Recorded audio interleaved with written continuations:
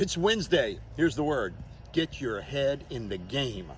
Pay attention. Get in the game. Have you heard that before?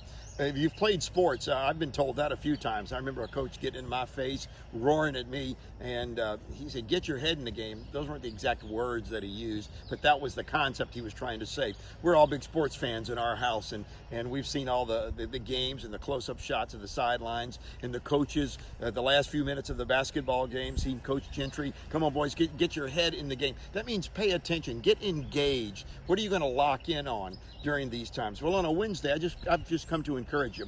Last week, I spoke to you with regards to the word of concern, not just showing a concern that you would say, I'm concerned about it, but really focus on the things that concern you, the important things in our life. I can't do any better than this coach. The coach was Paul. He wrote about boxing. He wrote about running. He was quite an athlete himself. Philippians 4, you're familiar with it, but from the New Living, it's a little bit different. He said, always be full of joy in the Lord. And he said, I say it again, rejoice. That's hard to do sometimes. Verse 5, he says, let everyone see that you are considerate. I talked to you last week about you being considerate about the things that you need and for your mind and your well-being and your growth during this time. But he said, let everyone see that you're considerate in all that you do. Those words right there in verse 5, let everyone see, jumped out at me. My question for you today about getting your head in the game, what do people see when they see you? Do they see someone who is in the game, someone who is engaged, someone who not only loves God, but can relate and encourage and go through life and be a strong character friend, someone they can depend on? He said, let everyone see that you're considerate. Boy, we need that today. Remember, the Lord is coming soon, verse number 6. So don't worry about anything. How many times have I read this and you've read it during this time and said, yeah, dude, that's easy for you to say. You're not going through this, but he probably wrote this in a jail. Don't worry about anything. Instead, pray about everything.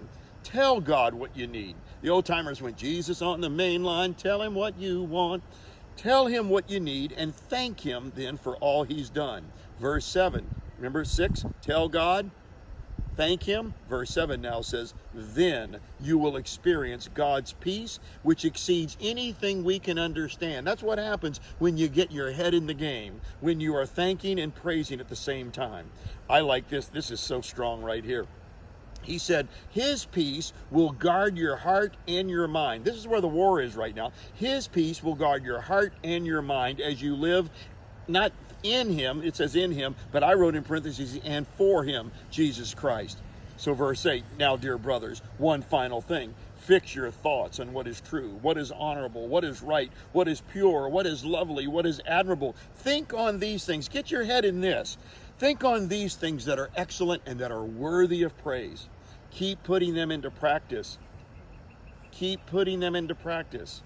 It's one thing to be really good on Easter Sunday morning, but that Tuesday or Thursday after that, put that into practice also. Let that thing work. He said, one final thing, put these things into practice. They are excellent. They're worthy of praise. Put them in practice. Remember the things you've learned. Remember the things you have received.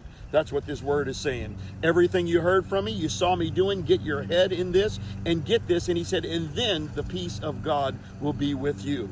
So get our head in the game. How do we do it? I love the writing of Dr. Daniel Amen. He's a psychiatrist. He's a brain disorder specialist. He's a man who's well acquainted with the word and encouraging people in the battle of their mind.